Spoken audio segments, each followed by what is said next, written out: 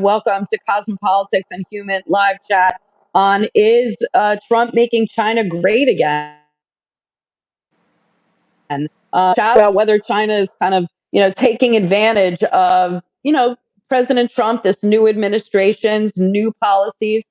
A lot of people might say it's a retreat from America's, you know, situation, role on the global stage, and whether China is swooping in. And indeed, Sasha, I think they are. I mean, when we say, Trump saying, let's make America great again, obviously he has a strategy in mind, but I think a lot of the things that he's doing, this kind of US withdrawal, has, made us vulnerable in a lot of ways. And I think China's response to this has been, really strategic. As the US, like, let's just talk about soft power, as the US kind of cut USAID, as US cut foreign aid, China's kind of swooping in. And, I just wrote about some examples that as this is happening, China's in Africa looking at, villages that have clean water. I mean, it's really, I don't know if it's a one-to-one, but, certainly China's looking at this gap felt by the US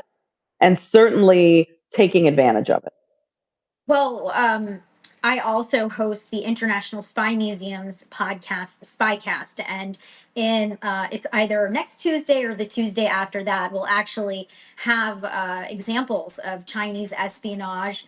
And one of those actually includes a person who describes how some of these programs that appear to have been curtailed that does affect influence in the region and could undermine Taiwan, which of course is a major place of importance. It has bipartisan support.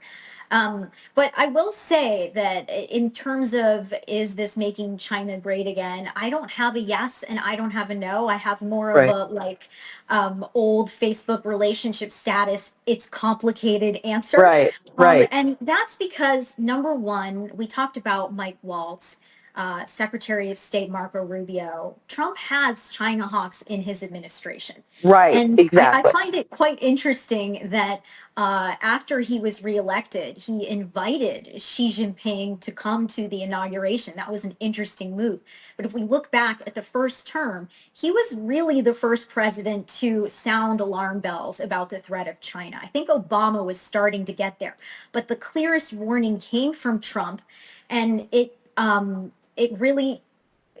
essentially elicited bipartisan support. But I think that the challenge is in what is an effective way to counter China's threat. And I think that the aspect of soft power is important to Democrats, but clearly not so important to the Trump administration.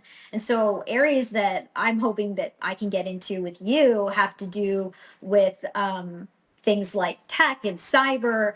Right. But I think, here's one area where I do agree completely that China is eating our lunch, so to speak, or could.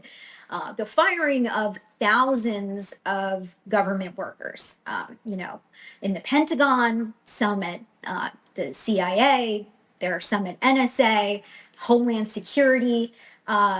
These are sometimes probationary employees, so that means people who could be younger, people who have families that they need to support, people who need money, people who work in diversity, equity, inclusion. These areas, they could be people who are just getting started or people who have already been there for a while. Either way, the US government invests a lot of money in them, and they still come in with a certain amount of knowledge, a skill set that's valuable.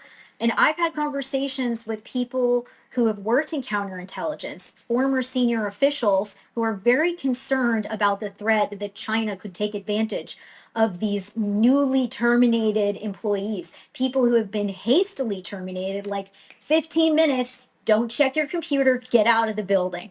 One of them actually recruited for the CIA and said, I don't recruit people who are happy. And you only need a small percentage of people to actually make this happen. I also mentioned that in the podcast, we'll be talking about espionage.